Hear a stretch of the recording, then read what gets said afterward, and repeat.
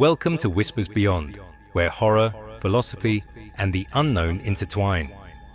New full-length stories. Every Friday, your requested nightmares. Every Wednesday, bite-sized horrors. Every Monday. And in the spaces between, whispers of poetry and philosophy. Glimpses into the abyss. Like, subscribe, and listen closely. To wake is to bloom is to wither, and to wither is to return. There was never a first moment, no singular spark of origin, only the slow unfurling of awareness, the realization that you have always been here. The bloom does not pull, does not force, does not demand. It waits. It has always waited. It has no voice, only the quiet hum that threads through your bones, whispering truths you are not meant to hold. You step forward, though the choice was never yours. You feel the shape of yourself bending, not breaking, dissolving into something vaster, something more complete. The wardens do not watch in judgment, for there is nothing to judge. They only tend, only correct, only guide each stray petal back into the pattern. The bloom folds inward. It accepts you as it has accepted all before you. And as you sink into it, as your name, your face, yourself become part of the endless spirals of light and ash, you understand at last. There is no escape. There is no beyond. There is only the bloom. The ashen bloom. The hum was already there when I woke up. A dull, constant vibration, just beneath the edge of hearing, like the city itself was breathing through my walls. It wasn't the buzz of my alarm clock or the distant murmur of traffic. It was something deeper, something I couldn't place. I sat up slowly, rubbing the sleep from my eyes. My apartment was the same as it had always been, small, lived in. The air still heavy with the scent of last night's rain. Light leaked through the blinds, pale and thin, stretching across the floor in perfect, sterile lines. The clock on my nightstand blinked 6:47 a.m. I frowned. I didn't remember setting an alarm. For a long moment, I just sat there, letting the feelings settle. The hum was still there, pressing at the edges of my skull, threading through the silence like a low electrical current.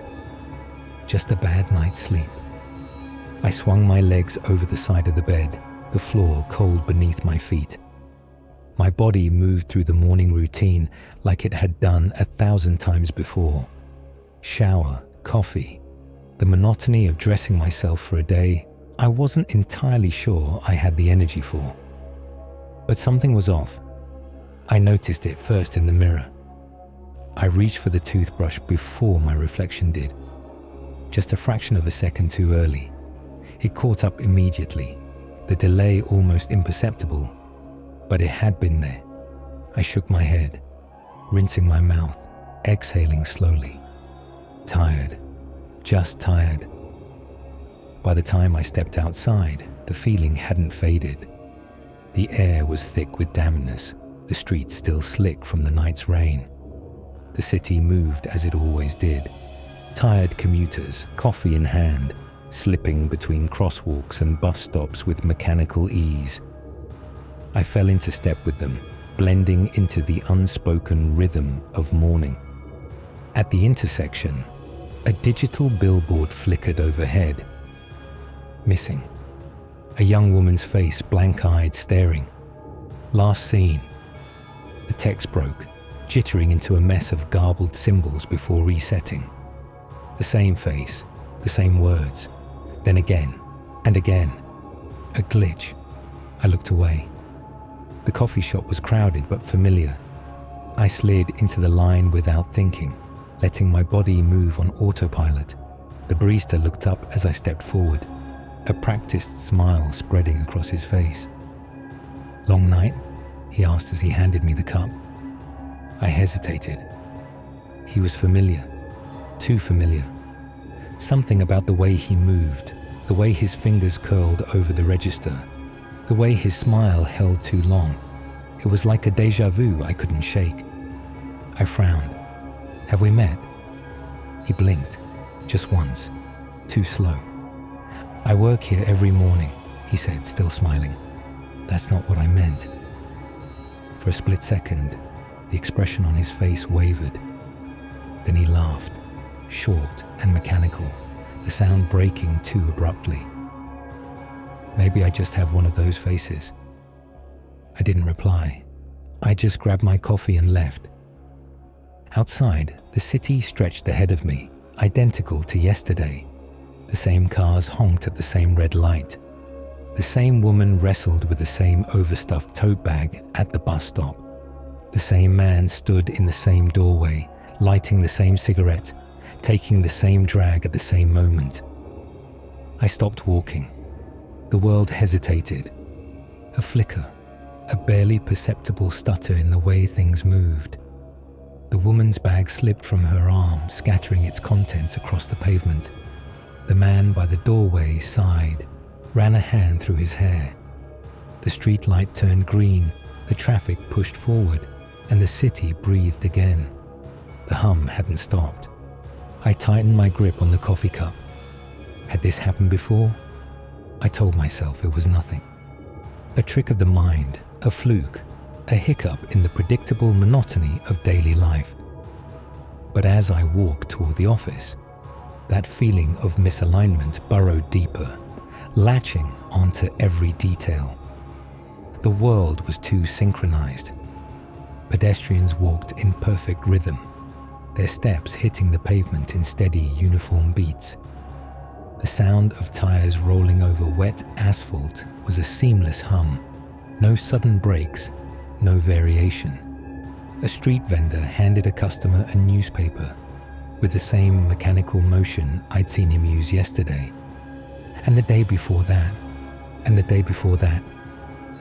My pulse tightened as I stepped into the lobby of my building. The air inside was stale, thick with the artificial chill of the vents humming overhead. I crossed toward the elevator, nodding at the security guard on instinct. He didn't nod back. He just stared. The doors slid open, and I stepped inside, feeling his gaze linger until they shut behind me. I exhaled, rubbing the back of my neck. I was imagining things.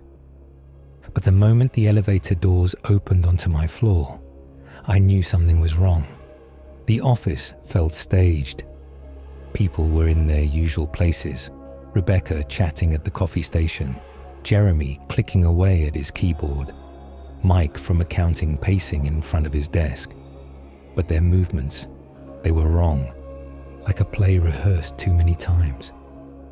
Rebecca laughed, tilting her head back in amusement at something someone had said. Then she did it again. Identical. The same laugh, the same movement, the same flick of her hand against the coffee cup. My breath hitched. Then she did it again. It was the exact same moment. Not similar, identical. I pushed back from my desk, my chair scraping against the tile. No one reacted. Across the office, Rebecca turned, walking toward her desk as if nothing had happened. The moment had reset. I swallowed hard and turned toward my monitor. Maybe I was losing it. Maybe I just needed to focus on something else. The screen flickered. The time in the corner read 12:03 p.m. I blinked. It reset to 12:01 p.m. I stared, my heart hammering in my chest. The hum was louder now. I turned toward the window, needing something to ground me, something outside of this building. The city was still there, moving in its predictable cycle. A woman crossed the street, her scarf whipping behind her. A man opened the door to the coffee shop. Another checked his watch. Then it happened again. The woman, the scarf, the man with the door, the one with the watch, the same. down to the smallest motion. A loop. My stomach twisted. I looked around, searching for any sign that someone else had noticed. But the office carried on, oblivious. Conversations overlapping, keyboards clattering, coffee cups clicking against desks. Rebecca was gone. So was Jeremy. So was Mike. Their desks sat empty, untouched. I grabbed my phone with trembling fingers, unlocking the screen. A new message waited for me. "You are looking too closely." I inhaled sharply. No sender, no number. The air around me suddenly felt thick, heavy with something unseen. I shoved the phone back into my pocket, pushing away from my desk, my pulse slamming against my ribs. I needed air. The break room was empty when I stepped inside. The hum of the vending machine filled the silence, its soft white glow casting faint shadows against the walls. I gripped the edge of the counter, forcing my breath to steady. In the far corner of the room, the mirror caught my reflection. I hadn't meant to look at it, but once I did, I couldn't look away. My reflection stood where it should, mirroring me perfectly. I exhaled, watched myself do the same. Then I lifted my hand. It lifted too. A second too late. The delay was almost imperceptible, but it was there. The blood drained from my face. I lifted my other hand, testing it again. Too late. I stepped closer, my breath shallow. My reflection wasn't keeping up. Then, it smiled. I did not. A sharp, cold wave shot through me, every muscle locking in place. The hum deepened, rattling through my teeth. I staggered back, knocking into the counter. My reflection remained where it was, smiling, unblinking, watching me. Then the break room door creaked open. I spun around. A man stood in the doorway, not a co-worker, not someone I knew. The same man I'd seen watching me from across the street, the one who shouldn't exist. His voice was calm, quiet. "You need to stop." The hum stopped. A silence so absolute, it felt like the air had been sucked from the room. I should have heard the lights buzzing overhead. I should have heard the dull murmur of the city through the windows. I should have heard something. Instead, I heard nothing. And in that silence, it moved. I didn't see it at first. I felt it. A shift in the air, the faintest pressure against my skin, like the room had exhaled. I turned toward the conference room window. Something unfolded. At first, my brain refused to process it. It wasn't just standing there. It was adjusting itself, limbs extending and retracting in slow, deliberate shifts, like it was trying to match the proportions of something it barely understood, like it was trying to become human but couldn't quite get it right. I stepped back. It did too. A second later, I inhaled. A second later, so did it. My chest tightened. It was copying me, but the timing was wrong, off by just enough to feel unnatural. The light flickered, and I saw it more clearly. It had no real shape, just a mass of shifting, trembling limbs, folding in on themselves, bending at impossible angles. Its skin wasn't skin. It wasn't even flesh. It was a reflection without glass, a warped impression of something trying to exist. And it was watching me. It had been watching me for a long time. Something deep in my chest lurched, a sharp pulse of recognition I didn't understand. I had been here before, not just in this office, not just in this moment, in this exact second of time. I had seen this thing before, standing right there, shifting, adjusting, waiting. A dream, a memory, a loop. The flickering light cast its form against the conference room glass, stretching it tall and thin. The shadow it left behind wasn't just mine. It was all of them. Every time I had stood here before, every time I had looked at it, and every time I had forgotten, until now. Its head tilted, not in curiosity, not in malice, in recognition. A low vibration rose from deep within its frame, a soundless hum I could feel in my bones. My body locked up. It wasn't just mimicking me, it was waiting for me to remember. And I finally had. I bolted. The hum roared back to life the second I moved, vibrating through my teeth, my ribs, my skull. My legs burned as I stumbled through the empty office, shoving past desks that shouldn't have been there, ducking through corridors that felt too narrow, their walls closing in like a throat. The exit. I needed the exit. I reached the stairwell, nearly slamming into the door as I wrenched it open. The air inside was thick, too thick, like stepping into a space that had been sealed shut for years. The lights buzzed overhead, flickering in staggered intervals, casting long, unnatural shadows down the stairwell. I hesitated.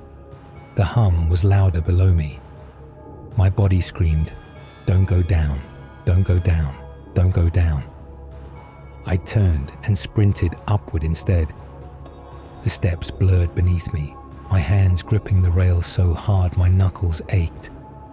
Floor after floor passed, the numbers painted onto the concrete walls tilting slightly, like they weren't anchored to anything real. I reached the next landing, pushed through the door, and stepped into the same office I had just left. My breath hitched. Numbers. I backed away, gripping the doorframe, my pulse hammering against my ribs. The same empty desks, the same abandoned coffee cups, the same buzzing lights overhead. The stairwell was looping. I swallowed back the rising nausea, clenching my jaw so hard my teeth ached. I turned back to the stairs. I'd go down this time. One step, 2, 3. My fingers traced the railing, its surface vibrating beneath my grip like something alive. The hum didn't grow louder, it became closer, as if I was stepping inside it. The next landing came quicker than expected. Too quick. I turned the corner and stepped into the office. I choked on a breath. The stairwell wasn't looping. The world was. I stumbled back, my body rejecting what I was seeing, trying to piece together something logical, something that made sense. But there was nothing. And then, the lights flickered. Something moved at the far end of the room. I wasn't alone. My legs locked, every nerve in my body screaming at once. The shape unfolded slowly from the shadows near the conference room, peeling itself into existence like something that had been pressed between the walls until now.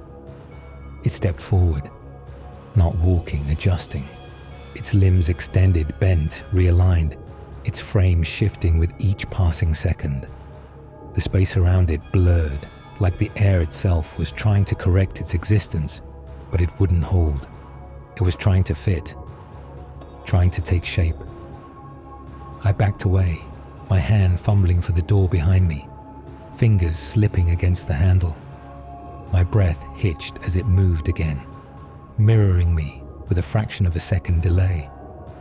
I turned and yanked the door open, my entire body slamming into the stairwell. Only this time it wasn't empty. A figure stood at the bottom of the stairs, hands folded neatly behind his back. The man from the doorway, the man from across the street. The hum vibrated through the walls, through my chest, through my teeth. He stared up at me, expression unreadable. "Are you done running?" he asked. My fingers clenched against the railing. My throat tightened.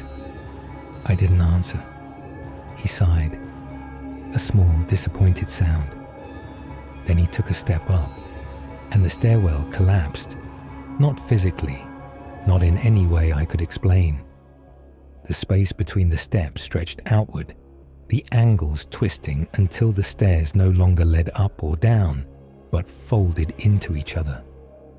The walls warped, curling inward like the petals of a dying flower, the light overhead snapping off in sections, plunging me into deep, swallowing dark. My balance tore away from me. The entire stairwell was bending. I gripped the railing, or what was left of it, my vision spiraling as the world around me inverted, stretched, rearranged itself into something I couldn't recognize. The man below me kept walking, undisturbed, his steps perfectly even, his eyes locked on mine. And then he said something that shattered whatever was left of my reality. "This is where you always panic." I couldn't breathe. He kept coming. I turned and ran, not up, not down, just away, through the twisting architecture, through hallways that hadn't been there before, through corridors that built themselves around me as I moved. And no matter how far I ran, the hum was always with me. The walls stretched as I ran, corridors folding in on themselves, twisting just slightly wrong, like I was inside something that wasn't finished being built. The hum followed, pressing against the back of my skull, vibrating in my ribs. It wasn't sound, not really. It was movement, a resonance that made the space around me feel flexible, like I wasn't running through an office anymore, like I wasn't anywhere at all. I turned a corner and nearly collided with a door that shouldn't have been there. No label, no markings, just a door standing alone at the end of the corridor. Behind me, the hum deepened. I reached for the handle, every instinct screaming don't, but I didn't have another option. I couldn't go back. I couldn't keep running forever. The door opened before I touched it. The air changed. The office was gone. I stepped forward, and the world folded into something else. The hallway on the other side was silent. Not just quiet, silent. I could hear my heartbeat, my breath, but nothing else. The walls were smooth, blank, too white, like something unfinished, waiting for details to be filled in. No doors, no windows, just a hallway stretching forward infinitely. I turned. The door was gone. The hum wasn't behind me anymore. It was beneath me. I swallowed hard, forcing my legs to move. My footsteps made no sound. The further I walked, the heavier the silence became, like it was pressing down, sinking into my skin. The only thing ahead of me was more hallway, until something shifted. Not a noise, not a movement, just a correction. The space in front of me adjusted. A shape unfolded from the wall, not stepping out of it, forming from it. A figure, tall, slightly off, like something midway through being remembered, but not quite right. I stopped breathing. It didn't move at first. Then, like a bad signal stabilizing, it snapped into focus. And it was me, standing there, waiting. Not a reflection, not a hallucination. It was me. It tilted its head, not like a person, but like something pretending to be a person. I stumbled back. It didn't. It just stood there staring. The hum pulsed, vibrating in my bones. The walls shuddered, as if they were made of something soft, something that wasn't meant to hold shape for too long. Then it spoke, not with words, with understanding. "You're early." My stomach dropped. My other self smiled. And then, just behind him, the hallway split open. Not a door, not an opening, a wound. And through it, through the gaping space where the world ended, I saw the bloom. It was not a flower. It was not a thing. It was everything. A pulsing, writhing mass of shifting forms, growing and collapsing in endless silent motion. a structure made of countless cells, countless moments, stacked and interwoven like petals folding inward. And somewhere in that mess, I saw myself, not just once, over and over and over. Thousands of me, some running, some staring, some already knowing what comes next. I staggered back. My other self didn't move. "You don't remember yet," he said, the words sliding into my head like a voice underwater. "But you will." I turned, slamming into the wall. It wasn't solid anymore. It rippled, like fabric, like skin. And when I looked back, the other me was still smiling. I ran. The walls weren't walls anymore. They pulsed, flexing as I moved, as if I were running through something alive. Every step sent ripples through the space around me, like I was pushing through liquid instead of air. The hum was everywhere now, no longer a background noise, but a deep, shuddering pressure inside my skull. It wasn't a sound, it was awareness. The space behind me twisted, not like a collapsing hallway, like a throat closing. I didn't think, I just ran. The corridor bent in on itself, shifting into impossible angles, the floor tilting beneath my feet. The walls flickered, undecided, 1 second smooth and sterile, the next lined with shapes that bent and pressed against the surface from the other side. Something was there, not chasing me, waiting. I wasn't escaping, I was arriving. My chest tightened. The air had weight now, thick, damp, humid. My breath came in shallow gasps as I turned another corner and stopped cold. The hallway ended, not at a wall, not at a door, at the sky. A vast, colorless expanse stretched out before me. Impossible, wrong. I wasn't outside. I wasn't anywhere. The world had peeled open, and in its center, the bloom. I couldn't process its shape. My brain kept trying to force it into something recognizable. A spiral, a network of roots, a shifting mass of interwoven forms. But it was all of them at once and none of them at all. It moved without moving. A slow, endless folding and unfolding, blooming and collapsing. And within it, people. I saw them. I saw me, thousands, millions, versions of myself repeating, reliving, looping. Some reaching toward the bloom, some trying to escape, some already consumed, their forms stretched into the shifting mass, their features warped into something unrecognizable. The hum deepened. A voice, not a sound, but a presence pressed into my mind.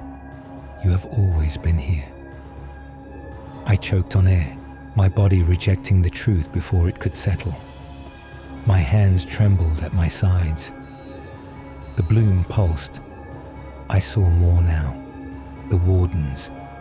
Towering figures moved within the folds, their bodies fractured and shifting, their limbs bending at unnatural angles. They did not guide. They did not watch. They tended.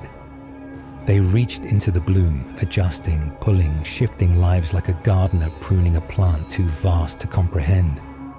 Their movements were not cruel, not kind, just necessary. They did not see me as something separate. They saw me as something unfinished, a loose thread waiting to be woven back in. I staggered backward. My chest heaved, my pulse erratic, every part of me screaming to reject this, to refuse it, to fight. But even as I stepped back, I saw myself stepping forward. A version of me, slightly older, slightly worn, more knowing. He met my eyes, and in that second, I understood. I had done this before. I had fought before. I had run. I had panicked. I had tried to escape. And every time, I had ended up here. The bloom does not forget. It only waits. The other me spoke, softly, almost kindly. You don't have to fight it. I shook my head, backing away, my breath ragged. Number no, this wasn't real. He sighed, not in frustration, in recognition. You're always like this, he said. And behind him, the bloom reached for me. Not with limbs, not with movement, with inevitability. The space around it pulsed, shifting in ways that made my thoughts fracture, like my mind was breaking just trying to understand its shape. It wasn't just a mass of writhing roots and unfurling petals. It was pattern, a system, something self-sustaining, endlessly collapsing inward while expanding at the same time. And within it, I was already there. The other me, the one who had spoken, the one who had sighed like this, was all just routine. He wasn't alone.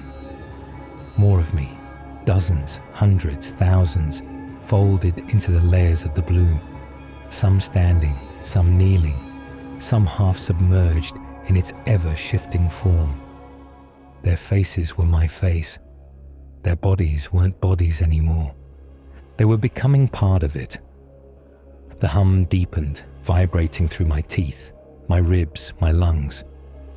You're always like this, the other me said again, watching as I backed away. You always run. You always fight. You always think this time will be different. I tried to speak. Nothing came out. The bloom folded.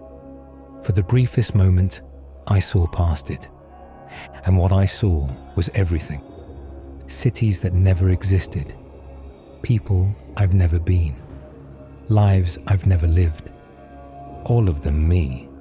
Every choice, every moment, every possibility contained within this. The bloom was not an entity.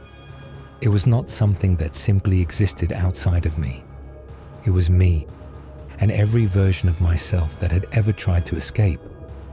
We were the same petal, unfolding and closing, over and over. My vision fractured. I heard myself speaking in two voices. One standing here, one already inside the bloom. I don't want this, I choked out. The other me just smiled. You say that every time. Something touched my back. I didn't have time to turn, didn't have time to see what it was. Because the moment it touched me, I remembered everything. And the bloom closed around me. I fell, not through space, not through time, through memory. The moment the bloom touched me, my mind unraveled. The world around me fractured into 1,000 overlapping images. Places I had been, places I hadn't. Lives I had lived, lives I had yet to live. I wasn't falling through darkness. I was falling through versions of myself.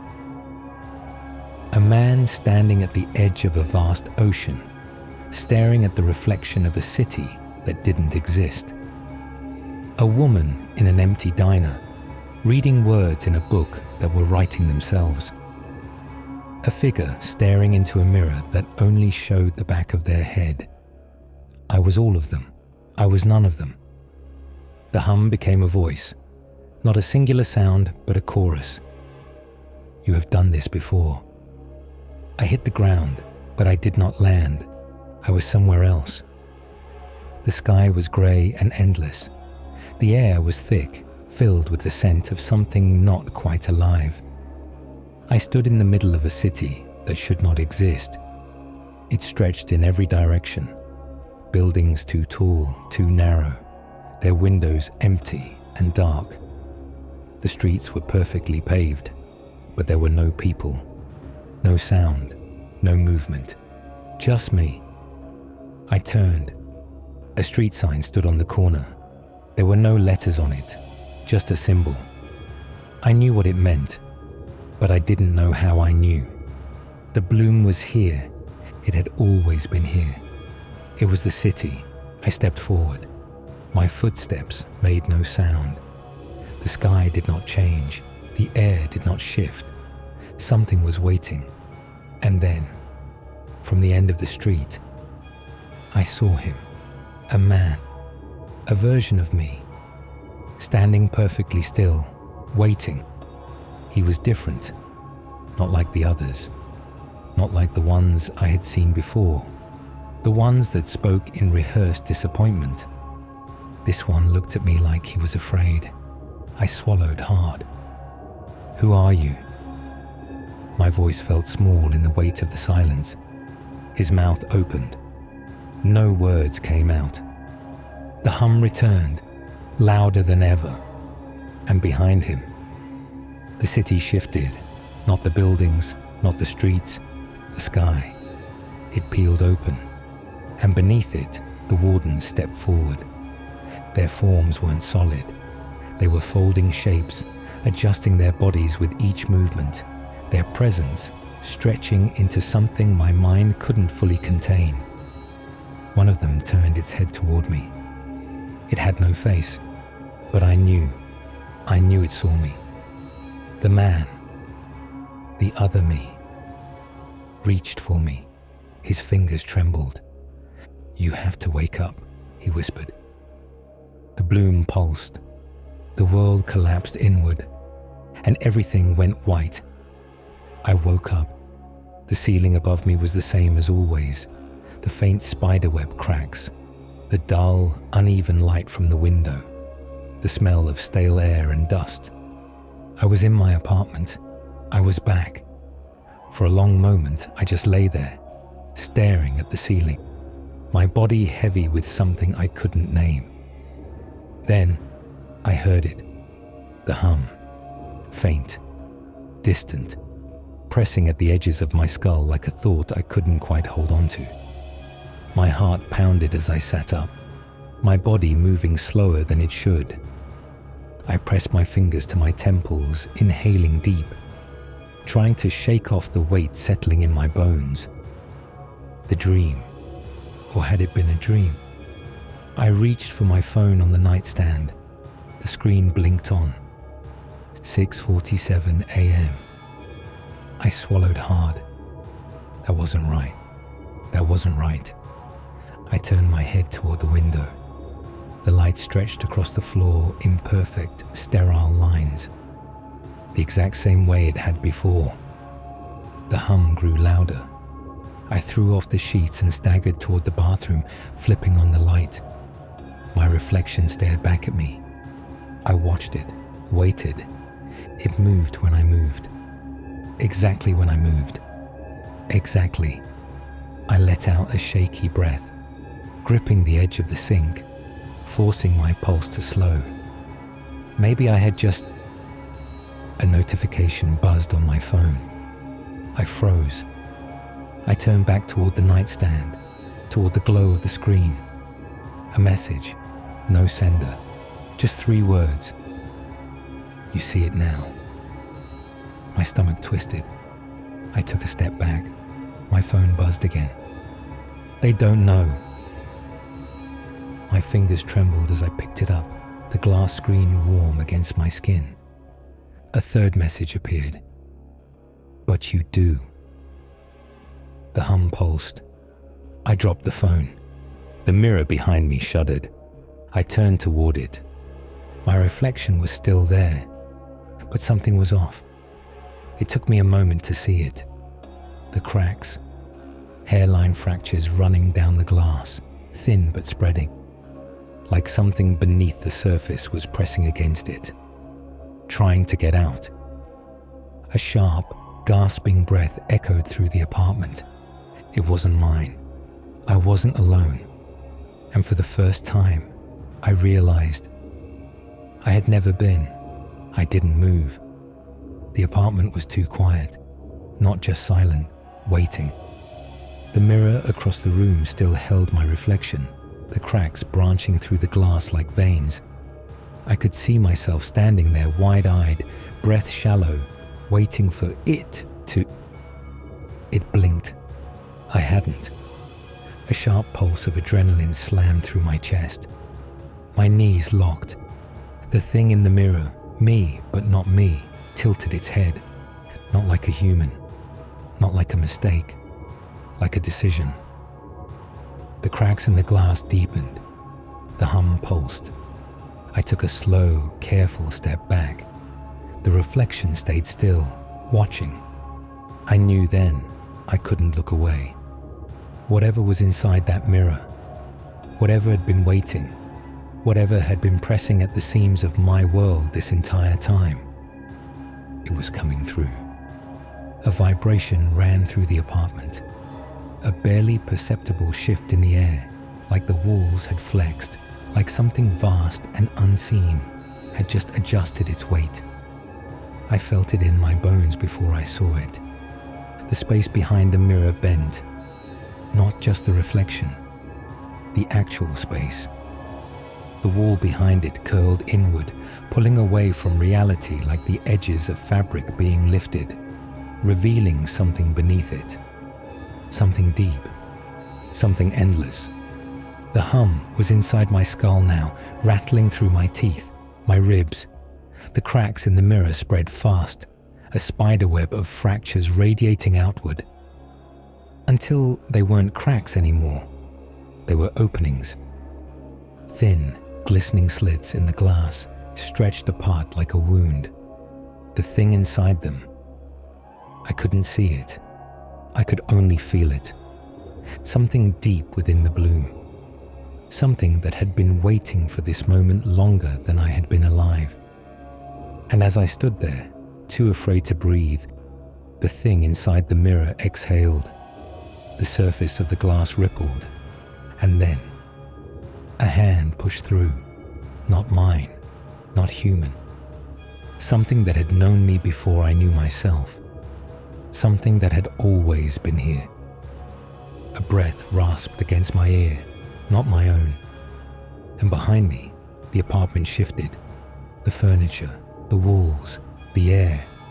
I wasn't in my home anymore. I was inside it. The hum rose, deafening. And the bloom reached for me. I ran. The mirror was already breaking open, glass stretching like wet fabric, the fractures pulsing as if something was forcing its way through from the other side. I didn't wait to see what came next. The apartment was no longer an apartment. The walls moved as I did, shifting in ways they shouldn't, bending inward, elongating corridors where doors should have been. The space was rearranging itself around me, not trapping me, guiding me. I knew somehow that running was exactly what it wanted. But I couldn't stop. I slammed into the hallway, heart hammering, the floor beneath me feeling too soft, like something pressing upward from below, something shifting beneath the wood like roots, growing through old soil. I reached the front door, my fingers curling around the handle. It wasn't a door anymore. It was a wall, no knob, no hinges, just a smooth, blank surface, like there had never been an exit at all. The hum behind me changed. For the first time, it wasn't just a vibration, wasn't just pressure inside my skull. It was a voice, not human, not spoken. 1,000 overlapping selves whispering in unison. You are already inside. The lights flickered. Number 1, I spun, pressing my back against the wall, my breath coming in sharp, ragged gasps. The hallway had changed. It wasn't the dim, narrow corridor of my apartment building anymore. It stretched on infinitely, its shape shifting with each blink, doorways opening and closing, furniture melting into the walls. And standing in the center of it was me. A different me. Not a reflection, not a vision, a version of myself I had never met before. I knew him instantly, the way he stood, the way he breathed, like he had been through this already, like he had done this so many times before that he had given up trying to escape. I stared at him. He stared back. The hum pulsed. You are already inside. His eyes were tired, not afraid, not shocked, just tired. like he was watching a version of himself make the same mistake again. I took a step forward. So did he. My mouth was dry. My body was cold. I swallowed hard. "What happens next?" I asked. The other me sighed, running a hand through his hair. "You already know." And behind him, the hallway peeled open. Not like doors, not like walls, like a wound. And through it, I saw the truth. The bloom wasn't waiting for me. I had already been inside it the whole time. Every step, every moment, every decision, just another petal unfolding. And the wardens were watching. They had always been watching. The hum roared through me, shaking my bones, my mind splitting apart, unraveling like threads being pulled from a frayed cloth. And the last thing I saw before the world collapsed inward was myself, stepping forward, stepping into it, becoming part of the bloom, like I always had, like I always would. I woke up. The ceiling above me was the same. The faint spiderweb cracks, the dull, uneven light from the window, the smell of stale air and dust. I was back. My breath came slow, shaky. My limbs felt heavier than they should have. I rolled onto my side, my fingers curling into the sheets. They felt real. The weight of the blankets, the softness of the pillow beneath my head. But I knew it wasn't real. It never had been. I sat up, the apartment too quiet. The hum was there, pressing at the edges of my mind, a presence I could never escape. I reached for my phone, my fingers cold as they curled around it. The screen blinked on. 6:47 a.m. My stomach twisted. No. The light stretched across the floor in perfect, sterile lines, the same way it had before, the same way it had every time. A notification buzzed against my palm. I turned the phone over, my chest tightening. No sender, just a message. We begin again. A second buzz. Welcome home. The hum pulsed. I stood too fast, my head spinning. The floorboards felt wrong beneath my feet. Not quite solid, not quite steady. I forced myself to breathe, forced myself to move. The bathroom mirror. I had to check. I stepped forward, my heartbeat hammering, my hands shaking as I reached for the light switch. The mirror was already broken, not shattered, fractured. Hairline cracks stretching through the glass in delicate, impossible patterns. I stepped closer. The reflection was there. I was there. But something was different. I exhaled. So did it. At the same time, perfectly synchronized. I let out a shaky breath, gripping the edge of the sink, forcing my pulse to slow. Maybe dash. A sound behind me. I froze. Not the hum. Not a creak of the apartment settling. A breath. Close. Right behind me. I turned my head slowly, afraid to look. The doorway was empty, but I wasn't alone. I could feel it. Something standing just out of sight, waiting, watching. The air in the room shifted. The hum pulsed deep in my bones. A whisper breathed against my ear. You see it now. The mirror split, and for the first time I understood. I had never woken up. I never would.